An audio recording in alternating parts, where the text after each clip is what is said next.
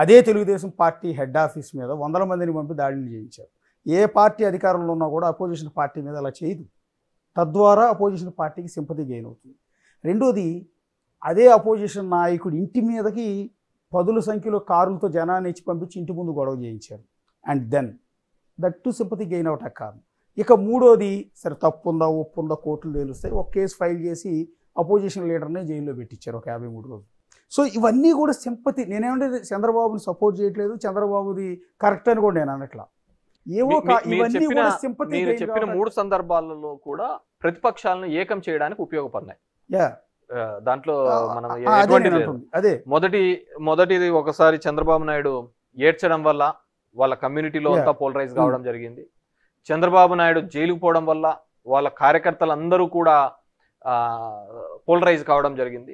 పవన్ కళ్యాణ్ని హ్యాండ్లింగ్ చేసిన miss handling వల్ల వాళ్ళ కమ్యూనిటీ మొత్తము కూడా వాళ్ళ ఫాలోవర్స్ అందరూ కూడా ఏకదాటి మీదుగా దట్స్ వి డిడ్ మిస్టేక్. అంటే కొన్ని రాజకీయాల్లో కొన్ని మనం చేసిన మిస్ హ్యాండ్లింగ్, ఒక సిచ్యువేషన్ని హ్యాండిల్ చేసే దాంట్లో తప్పుగా హ్యాండిల్ చేయడం వల్లే ఇవన్నీ కూడా పోలరైజ్ అయినాయి. దాంట్లో ఎటువంటి ఇది ఏం లేదు.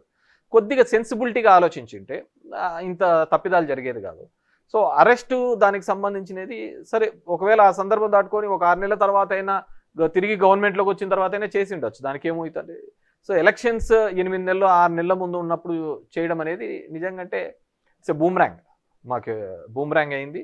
దానివల్ల కూడా ఆ 11 వచ్చిన దానిలో అది కూడా ఒక కారణంగానే చెప్పుకోవచ్చు.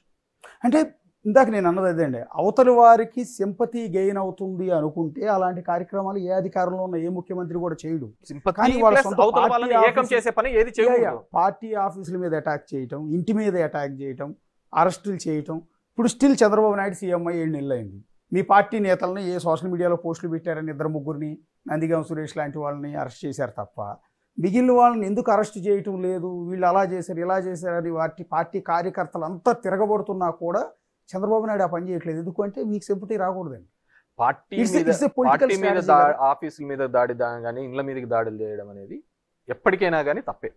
దాంట్లో ఇంకా వేరేదండి. నేను అనుకుంటు కానీ మా చిన్నాన్న సంఘటన తాడిపత్రిలో జరిగినప్పుడు కూడా మా చిన్నాన్నతో చెప్పిన ఇట్స్ వెరీ రాంగ్ ఇండికేషన్స్. డెమోక్రసీలో మనము ఫైట్ చేయాలా, మాట్లాడాలా, మాట కాకపోతే లేకుంటే ఇంకో విధంగా మనం ఇది తీసుకోవాలి. ఇండ్ల మీదకి అనేది కానీ పార్టీ ఆఫీసుల మీదకి పోవడం అనేది చాలా తప్పిదమైన అంశం. సరే, ఆ రోజు అది ఏ విధంగా ప్రొవోకేషన్స్ చేసినా ఇంకోటి చేసినా ఇట్స్ వెరీ రాంగ్. ఆఫీసుల మీద పోవడం అనేది తప్పదు. మిమ్మల్ని ఎంతైనా రెచ్చగొట్టచ్చు, చేయొచ్చు. కానీ అది కావాలంటే నువ్వు అతని మీద తీసుకోగాని ఒక ఇన్స్టిట్యూట్ మీద నువ్వు అలా పోయినావంటే నువ్వు ఒక బ్యాడ్ కల్చర్ని నేర్పిస్తున్నట్టు, తప్పుడు విధానాన్ని నేర్పిస్తున్నట్టు. అది పద్ధతి తప్పు. నేను నా వీడియోస్లో కూడా నేను చెప్పాను. అంటే ఇది పార్టీ నిర్ణయాలండి లేకపోతే ఓన్లీ ఇండివిజువల్ గా సీఎం గారు అప్పుడు జగన్ గారు తీసుకున్న నిర్ణయాలా? జగన్ గారు ఎందుకు చెప్తారు? అప్పుడు అన్న సందర్భంలో ఎవడో ఎమోషనల్ అయింటాడు, ఏదో మనం ఇలా చేస్తే జగన్మోహన్ రెడ్డిని ఇంప్రెస్ చేయొచ్చు అని అనుకుంటారు. ఇంప్రెస్ చేయాలనే కార్యక్రమంలో చేస్తుంటారు. అంటే ఇప్పుడు కొన్ని ఇవాళ రేపు రాజకీయం అస్సలు తెలియని వ్యక్తులను అడిగినా కూడా కొన్ని ఈ పనులు చేయకూడదని చెప్తారు. అందులో ఒకటి రాజకీయ నాయకుల కంటే కూడా జనాలకు పబ్లిక్కే బాగా ఉంది. అలాంటి సందర్భంలో అప్పటి అపోజిషన్ అప్పటికి 3 సార్లు సీఎంగా పనిచేసిన వ్యక్తి చంద్రబాబు నాయుడు, ఆయన సతీమణి మాజీ ముఖ్యమంత్రి సినీ నటుడు ఆయన ఎన్టీఆర్ గారి కుమార్తె. ఆమెకు పెద్ద లెగసీ ఉంది, ఫ్యామిలీ బ్యాక్గ్రౌండ్ ఉంది. అలాంటి మహిళని ఎంత దారుణంగా కించపరుస్తూ అసెంబ్లీలో కామెంట్ చేశారు, బయట ప్రెస్ మీట్లు పెట్టి కామెంట్ చేశారు. దీన్ని ఖండించకపోగా ప్రోత్సహించడం కూడా మీ పార్టీకి డ్యామేజ్ అవ్వాలి. డెఫినెట్గా ఒక లెగసీ ఉన్న కుటుంబం ఏ మహిళను కూడా ఆ విధంగా మాట్లాడడం తప్పే, మాట్లాడి ఉంటే. కానీ నేను ఆ రోజు అసెంబ్లీలో నేనైతే లేను, కానీ అసెంబ్లీలో మాట్లాడినారు అనే దానిలకు లేకుంటే చంద్రబాబు బయటకు వెళ్ళిన సందర్భంలో అయితే దాని గురించి వెళ్ళలేదు. తర్వాత అతను ప్రెస్ మీట్ పెట్టినప్పుడు దాన్ని చూపించడం జరిగింది, ఈ విధంగా చేసినాడని బాధపడుతూ వీడియోస్ రావడం జరిగింది తప్ప అంతకుముందు అసెంబ్లీలో ఉన్నంత టైంలో మాత్రం ఆ విధంగా అయితే బయటికి పోలేదు. సరే, అతను అక్కడ బయటికి పోయినాక ఆ విధంగా బాధపడినాడా లేదా అని, కానీ దాని తర్వాత సందర్భంలో కూడా అలాంటివి కన్నా జరిగి ఉంటే, అలాంటివి మాట్లాడి ఉంటే ఖచ్చితంగా తప్పిదమే అని కూడా చెప్పి ఉంటే బాగుండేది. అది జరగలేదు. సో దాన్ని ఏ విధంగా చూపించారంటే ఓవరాల్గా కూడా వీళ్ళంతా ఒక రాక్షసులుగా అతన్ని హరాస్ చేస్తున్నారు, ముస్లోని పట్టుకొని ఏందయ్యా ఇంతగా ఇబ్బంది పెడుతున్నారు అనే ఫీలింగ్ చంద్రబాబు నాయుడు బాగా ఎస్టాబ్లిష్ చేయగలిగాడు. చంద్రబాబు నాయుడు కూడా చాలా తెలివిగా అసెంబ్లీలో కూడా ఎవరు ఉన్నప్పుడు అవతల వాళ్ళు ఎంతగా తిడుతున్నా అగ్రెసివ్గా మాట్లాడుతున్నా కానీ ఆయన చాలా ఓపికగా ఉన్నాడు. ఎందుకంటే ఆయనకు తెలుసు నన్ను ఇదే అస్త్రం మీద నేను మళ్ళీ వెళ్ళగలుగుతాను ఎలక్షన్లకు అని చెప్పేసి అంతే ఒక స్ట్రాటజీగా చూడే బాబుని ఎట్లా తిడుతున్నారు, చూడే బాబుని ఎట్లా తిడుతున్నాడు అనే ఒక స్ట్రాటజీగా చూపించాలనే ఒక ప్రయత్నం చేయాలని చేసినాడు. తెలుగు రాష్ట్రాల్లో ఒక బ్యాడ్ కల్చర్ వచ్చింది.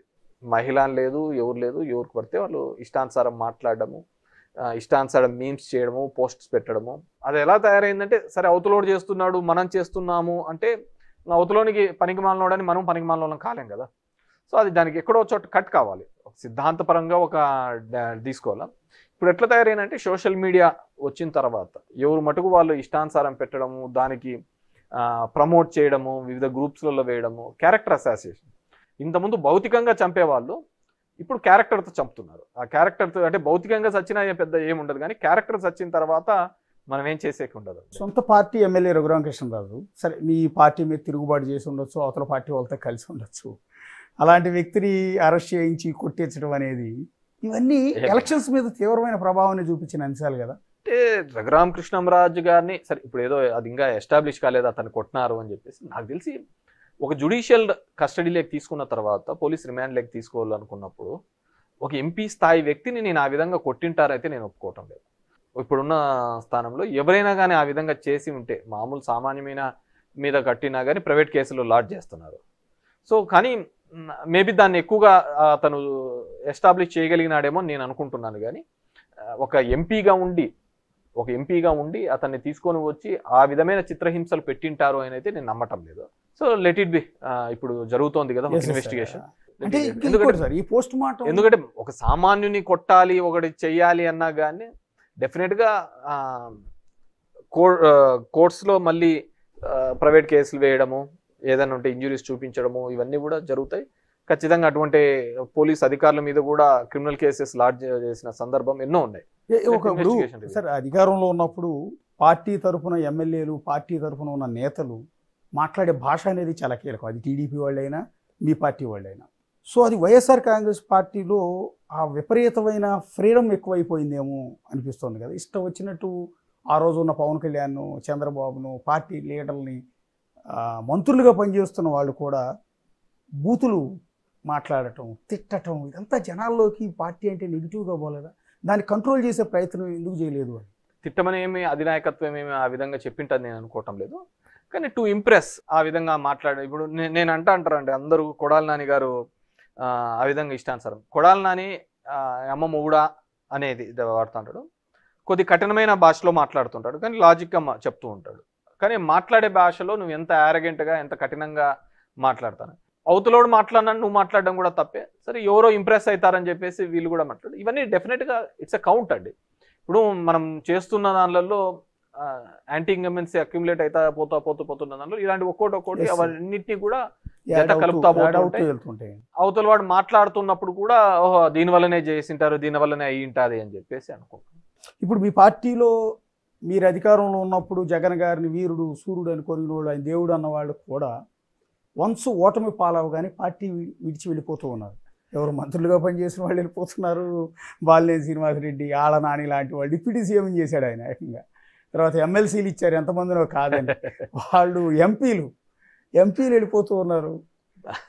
అంటే దాంట్లో వంట ఉన్నాయండి. జగన్మోహన్ రెడ్డి ఒక సోషల్ ఇంజనీరింగ్ కాన్సెప్ట్ తీసుకొని వచ్చి ఒక కొత్త రూపాన్ని తీసుకొని రావడం. ఇప్పుడు ఆర్ కృష్ణయ్య ఉన్నాడు, తెలంగాణ నుంచి తీసుకొని వచ్చి అక్కడ ఇచ్చినాడు.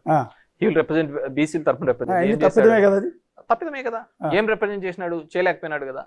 సో అట్లా వెళ్ళిన వాళ్ళకు దాంట్లో ఒకరిని అనేక లేదు, పెట్టేకి లేదు. సో నేనేమంటానంటే సిచ్యువేషన్ ఎప్పుడైతే నువ్వు టఫ్గా ఉంటుందో అప్పుడు ఎవడైతే నిలబడతాడో వాడు నాయకుడిగా ఎదుగుతాడు. ఆ సందర్భంలో నువ్వు తట్టుకోలేక చిన్నవి నా ఇంటి మీదకి వచ్చినారు, నా ఆస్తులు కొట్టేస్తున్నా, నా భూములు తీసుకుంటున్నా, నా డబ్బులు పెడుతున్నా, నా మీద కేసులు పెడుతున్నారు అని పార్టీ మారుతా అంటే ఇంకా నువ్వు నీలో వ్యక్తిత్వం ఏముంటుంది? టఫర్ టైమ్స్లో when you stand for the party or when you stand for the leader అప్పుడు నువ్వు ఒక నాయకుడిగా ఎదుగుతావు. అంటే ఈ సందర్భం కాదు, వ్యాపారంలో కావచ్చు, ఏదైనా కాదు. సింపుల్ థింగ్ చెప్తాను. జగన్మోహన్ రెడ్డి గారు నాకు ఎందుకు అంత ఇష్టము వైఎస్ఆర్ కాంగ్రెస్ పార్టీతో, నాకు వాళ్ళ కుటుంబంతో, మాకు థర్డ్ జనరేషన్ రాజారెడ్డి గారిని చూశాను, రాజశేఖర్ రెడ్డి గారిని చూశాను, జగన్మోహన్ రెడ్డి గారిని చూశాను. ఎందుకు అంటే ఎంతోమంది ముఖ్యమంత్రుల కొడుకులు వచ్చినా కానీ జగన్మోహన్ రెడ్డి అనే వ్యక్తి అక్రాస్ ద ఆల్ ఆర్ట్స్ నిలబడి, చంద్రబాబు నాయుడు లాంటి వ్యక్తికి అతని కుతంత్రాలకు నిలబడి, జైలుకు పోయి వచ్చినా కానీ, ఫైనాన్షియల్గా ఇబ్బంది పడినా కానీ నిలబడినాడు, గెటాన్ అయినాడు, ఒకసారి ముఖ్యమంత్రి అయినాడు, ఎవడు కాలేదు. సో ఇప్పటికి కూడా ఒక పాలసీలో 2 భావజాలాల మీద పార్టీలు నడుస్తాయి. ఇప్పుడు భావజాలాలు ఎక్కడ ఉన్నాయి, లేవు కదా పార్టీలలో, అంత డబ్బులకే పోతున్నారు తప్ప, అవకాశవాదం తప్ప భావజాలాలు 2 భావజాలు. చంద్రబాబు నాయుడు ఒక వ్యక్తిత్వం పోతుంది, దానికి అగెనిస్ట్ వ్యక్తిత్వం అనేది జనంలో ఉంటుంది. కమ్యూనిస్టులు ఎట్లుంటారు, క్యాపిటలిస్టులు అలాగే ఉంటారు. సో ఇద్దరిది సరిపోయిన దాంట్లో దీనికి మద్దతు తెలిపే వాళ్ళు ఉంటారు, దీనికి తెలిపే. నేను చంద్రబాబు యొక్క ఆలోచన విధానాన్ని ఇతను వ్యతిరేకిస్తే జనానికి ఏదో మేలు చేయాలని వాళ్ళ నాన్న నుంచి వాళ్ళ తాత నుంచి ఒక లెగసీని మా నాన్న పేరు నిలబెట్టాలనే కార్యక్రమంలో చేస్తున్నప్పుడు ఐ అప్రిషియేట్ హిమ్. ఎందుకంటే ఒక నాయకుడిగా ఒక చిన్న వయసులో నిలబడినాడు అక్రాస్ ద ఆల్ ఆర్ట్స్. ఎంతోమంది ఇబ్బంది పెట్టినారు, తొక్కలను చూసినారు, ఇది చేసినారు, కానీ నిలబడినాడు. అదేవిధంగా దేశంలో ఒక సాంప్రదాయాన్ని క్రియేట్ చేయాలని చెప్తే చెయ్యాలి హామీనని నెరవేర్చినాడు. నెరవేర్చిన తర్వాత సరే సక్సెస్ ఫెయిల్యూర్ అనే తర్వాత ఒక ఆలోచన విధానం, నేను చెప్తే మాట తప్పను అనేది రాజకీయ నాయకులలో, రాజకీయ నాయకులలో ఎంతమంది ఉంటారు చెప్పండి. సరే 1-2 ఉండొచ్చు, అటు ఇటు పొలిటికల్గా అకామిడేట్ చేసే దానిలలో 1-2 ఉండొచ్చు, కానీ ప్రజలకు ఇచ్చిన హామీల్లో నెరవేర్చడానికి ఒక యజ్ఞంలా చేశాడు. నేను ఎందుకు చెప్తున్నానంటే, మీరంతా ఫ్రీబీస్ అన్నాడు, అది చెప్పిన మాట కోసం చేశాను.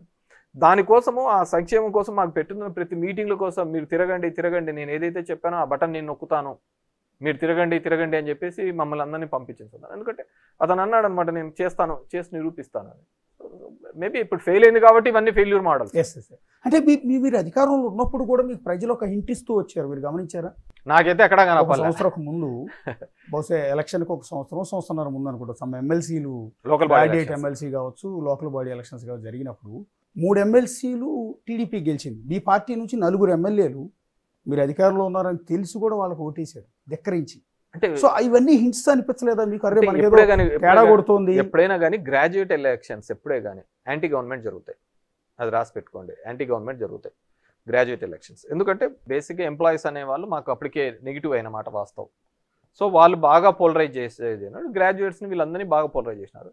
అండ్ ఆ ఎలక్షన్స్ కూడా మేము సరిగ్గా చేసుకోలేకపోయాం. సో బేసిక్గా రాయలసీమ ప్రాంతంలో అయితే నిజంగా అంటే నాకు ధర్మవరంలో కావచ్చు, దీనిలో కాదు, నేను నిజంగా అంటే ఆ విధంగా నెగిటివ్గా జరుగుతోంది, నెగిటివ్గా నాకు కనపడుతుంది అనేది నేనైతే గుర్తించలేకపోయాను.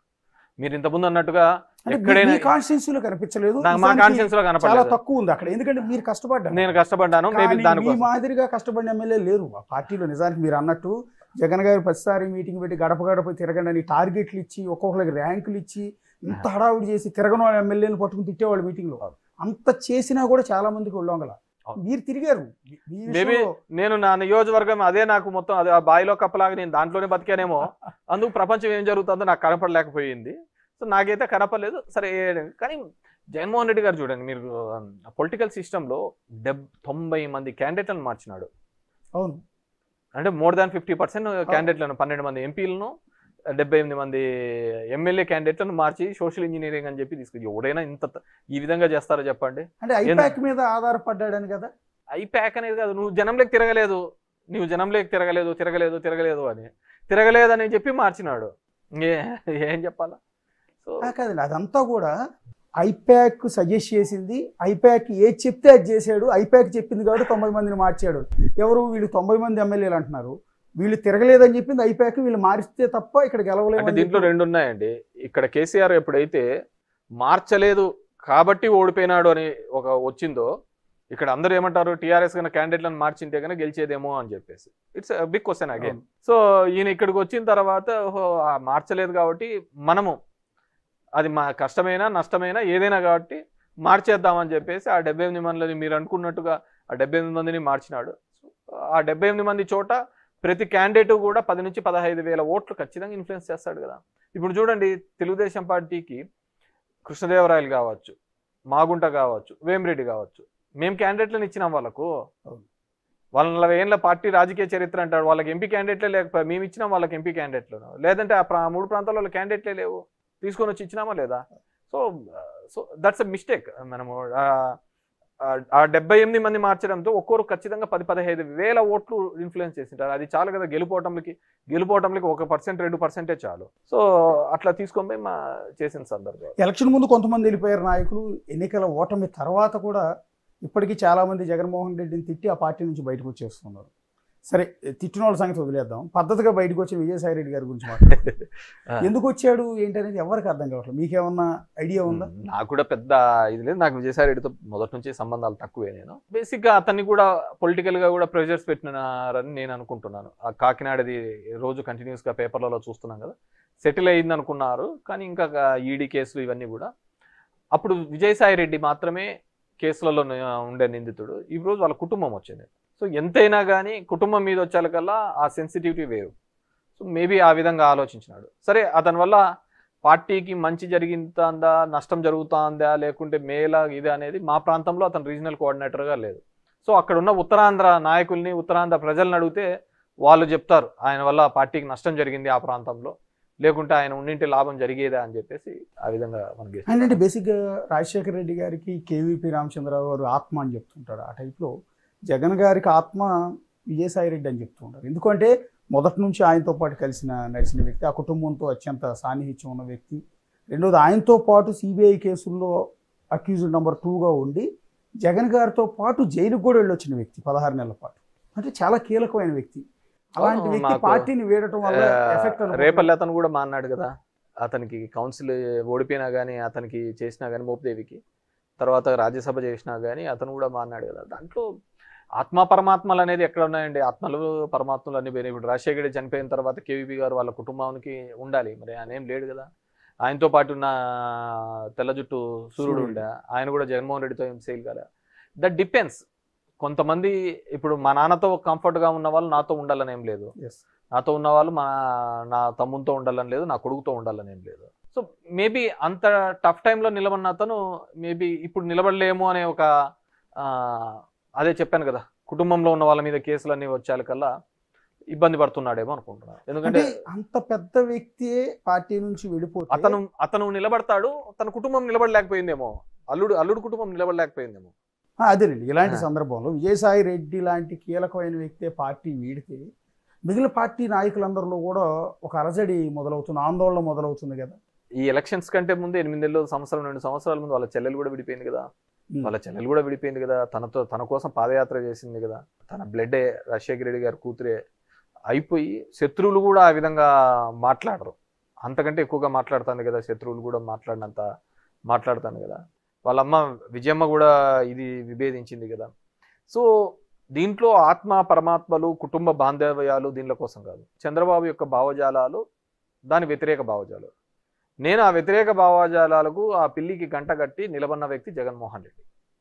నేను అతనితో ఉన్నాను. జగన్మోహన్ రెడ్డి అనే వ్యక్తే లేకపోయి ఉంటే ఇంకేముంటాండే? ఒక డెమోక్రటిక్ సిస్టంలో లీడర్ ఆఫ్ అపోజిషన్ ఎంత స్ట్రాంగ్గా ఉంటా అంటేనే ప్రజాస్వామ్యం ఉంటుంది. నేను 151 రావడము తప్పే, చంద్రబాబు నాయుడుకి ఇప్పుడు 164 రావడము తప్పే. రెండూ తప్పే. ఆంధ్ర ప్రజలు చాలా ఆలోచించుకొని చేయాలి. ఎవడు నాయకుడు బాగుంటాడు, ఎవరి వల్ల అయితే దీనిలోకి బాగుంటుంది. ప్రజాస్వామ్యంలో ఇది లేకపోతే, ప్రతిపక్షం అనేది లేకపోతే వీళ్ళు ఆడిందే ఆట. ఎవడు ఏ అబ్రహీం లింకన్ చెప్పినా, ఇంకో రాజకీయవాది ఎవడు చెప్పినా కానీ, ఇప్పుడు కాంగ్రెస్ అనేది కన్నా బలం పడకపోతే మోడీది ఇష్టారాజ్యమే అయిపోతుంది కదా. సో ఇప్పుడు కూడా అంతే, తెలుగుదేశం పార్టీని కూటమిది ఇప్పుడు ఇష్టారాజ్యం అయిపోయింది ఆంధ్రప్రదేశ్లో. డెఫినెట్గా ఇవన్నీ కూడా మార్క్ మై వర్డ్స్ మళ్ళీ రిపీట్ అవుతుంది. మళ్ళీ 5 సంవత్సరాల్లో ఖచ్చితంగా వైఎస్ఆర్సీపీ మళ్ళీ ఎనికి వస్తుంది, గెలవబోతుంది. అంతే, దాంట్లో వేరే. అంటే మన వైపు నుంచి ఏ తప్పు లేకుండానే కన్న తల్లి బయటికి వెళ్ళిపోయింది, కన్న తల్లి తోడబుట్టిన చెల్లెలు బయటికి వెళ్ళిపోయింది. సో ఆత్మ అని చెప్పుకుని విజయసాయి రెడ్డి కూడా బయటికి వెళ్ళిపోయాడు. మీరు చెప్తున్నట్టు ఆయనతో పాటు జైలుకెళ్ళి మోపిదేవి లాంటి వ్యక్తి బయటికి వెళ్ళిపోయాడు. సో ఎందుకు అంటే మన వైపు నుంచి ఏ తప్పు లేకుండా ఎంతమంది మనల్ని కాదు అనుకుని బయటికి వెళ్ళిపోతున్నారంటే, ఆమె ఎప్పుడు 2 years బ్యాక్ వెళ్ళింది కదా. సరే, వాళ్ళ పర్సనల్ ఇష్యూస్, ఏదో ప్రాపర్టీస్ ఇష్యూస్, ఇంకోటో విజయమ్మ గారు నేను కూతురుగా నిలబడాలా అని చెప్పేసి ఫస్ట్ ఇక్కడ తెలంగాణలో పార్టీ పెట్టింది షర్మిలమ్మ. మళ్ళీ ఎందుకు వచ్చిందో అక్కడికి తెలియదు. సో వచ్చినప్పటి నుంచి వాళ్ళు ప్రతిపక్షాలని టార్గెట్ ఏం చేసుకోవాలి. జగన్మోహన్ రెడ్డి అంటే వాళ్ళు ఏదో cinema the greatest wars are with the closest people అని చెప్పేసి పెద్ద యుద్ధాలన్నీ దగ్గర మనం చూసుకున్న కురుక్షేత్రం కూడా దాయాదులతోనే జరిగింది తప్ప వేరే వాళ్ళతో కాదనమాట. సో ఇది కూడా అలాంటిదే. సరే, మేబీ ఒక్కొక్క రీజనింగ్ ఉండొచ్చు. ఒక్కొరికి ఒక రీజనింగ్ ఉండొచ్చు, నేను అంత డెప్త్గా మనకు తెలియదు. కానీ సో నేను ఒకటే ఆలోచించినది, ఇంతకుముందు చెప్పినట్టు చంద్రబాబుకు ఒక అగెనెస్ట్ ఒక లీడర్ నిలబడాలి, ఒక దమ్మున్నోడు డెఫినెట్గా వీళ్ళని ఛాలెంజ్ చేసి నిలబడతాడు అనే వ్యక్తి. ఇప్పుడు నేను సింపుల్ థింగ్ చెప్తాను, తెలంగాణలో కూడా చూడండి, రేవంత్ నే ఎందుకు అంత క్రేజ్, మాస్ ఫాలోయింగ్, అంతగా జనాలు ఎందుకు వచ్చినారు? He's a non compromisable leader with KCR. మిగతా వాళ్ళతో కాంప్రమైజ్ కావచ్చేమో, కానీ కేసీఆర్కి ధీటుగా నిలబడి వీళ్ళకు కోసం పోరాడే వ్యక్తి ఎవరైనా ఉన్నారు అంటే అది రేవంత్ అని ఎస్టాబ్లిష్ చేసుకోగలిగినాడు. బికాజ్ ఏం చేసినాడు, కేసీఆర్ చాలా మందిని ఆ విధంగా ఎస్టాబ్లిష్ కావాలనుకున్న లీడర్లు అందరినీ కూడా తన మాటలతోనో దీనిలతోనో తొక్కిపడేసినాడు. జానారెడ్డి గారు కనపనాక, జానారెడ్డి గారు నేను మంచి మిత్రులు, నేను వాళ్ళ ఇంటికి భోజనానికి పోవాలనుకున్నాను, ఈ విధంగా ఉండాలనుకుంటున్నాను అనాలకల్లా జనాలకు కూడా ఇదేందా జానారెడ్డి వీళ్ళిద్దరు ఏదో కుమ్మక్కైనట్టున్నారే అని చెప్పేసి. అదే రేవంత్ అనే వ్యక్తిని ఆ విధంగా మాట్లాడలేడు. రేవంత్ను కూడా ఆ విధమైన ఫైట్ ఇచ్చినాడు కాబట్టి యాంటీ ఇన్కంబెన్సీ మీద ఎస్టాబ్లిష్